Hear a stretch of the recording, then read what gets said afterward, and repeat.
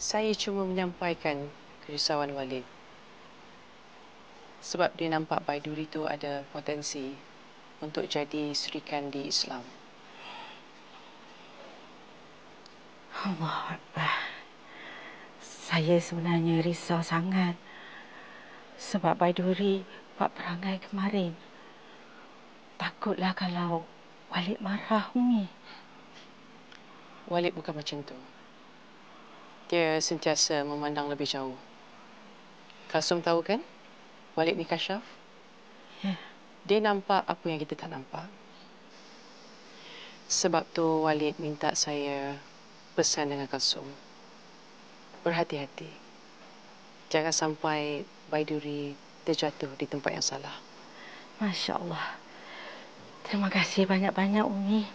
Cuma Baiduri tu keras sikit hati dia. Minta Walid doa-doakan ya, Umi.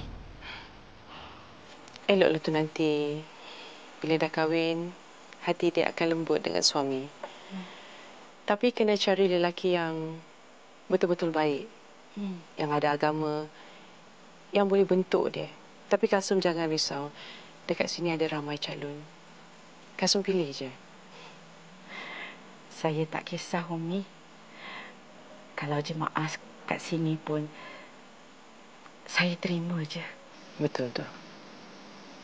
Senang sikit kan? Sekurang-kurangnya nanti bila dia dah kahwin, dia boleh berjuang dalam jihad ummah ni. InsyaAllah nanti saya akan minta tolong Walid untuk tengok-tengokkan calon yang sesuai untuk jadi menantu Kasum. Terima kasih, Umi.